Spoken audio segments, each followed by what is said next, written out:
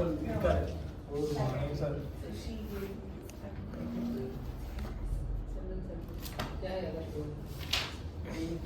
Okay, hey people.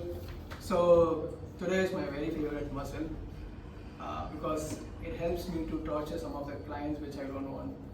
I don't want to torture them with an exercise. I like how confidently saying that in front of the camera. Exactly. No one is going to see it. So, but this is the major muscle which is causing shoulder pain. One of the major muscle. So the muscle name is Subscapularis. Everyone will think Subscapularis very hard to palpate or release it, but it's very easy when compared to the other muscles, other deep muscles.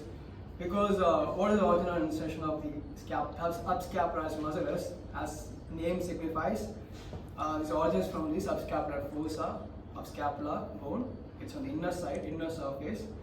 The insertion is at the lesser tubercle of your human head. So that's where the insertion. So the rank action of subscapularis muscle is interrotation of your shoulder. So we'll always think the interrotation is caused, or that range restriction is caused only by pectoralis minor and then coracobrachialis. But this also plays a major role. It's a very dominant role in interrotation. The most people who, overhead activity, sport athlete or any movement will cause injury to this muscle.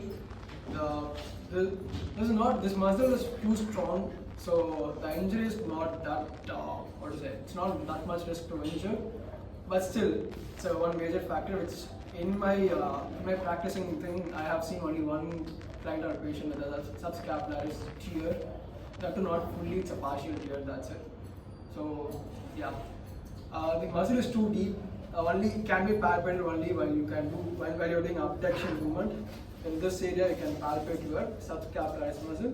So the active way is by using the stick. End of a stick can be placed over here.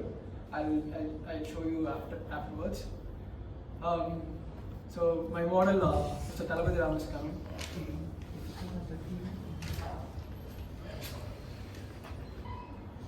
Diagram facing up.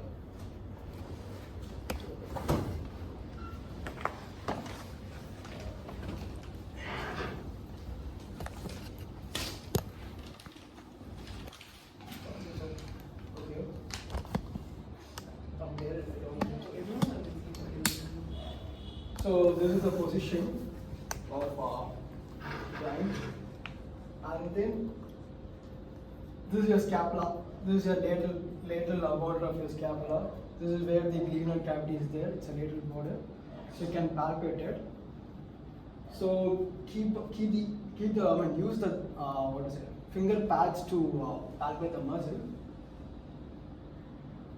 Go deeper.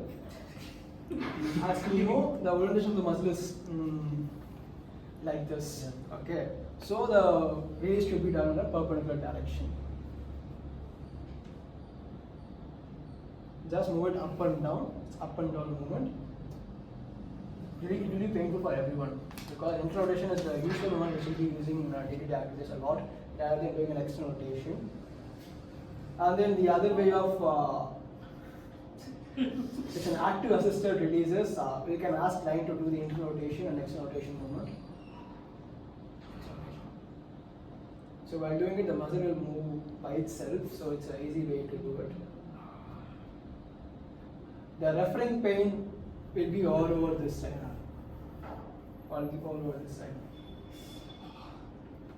Yeah, this is the one way. It's a passive movement and an active assisted release. The active release will be with the stick. One second. Stick up.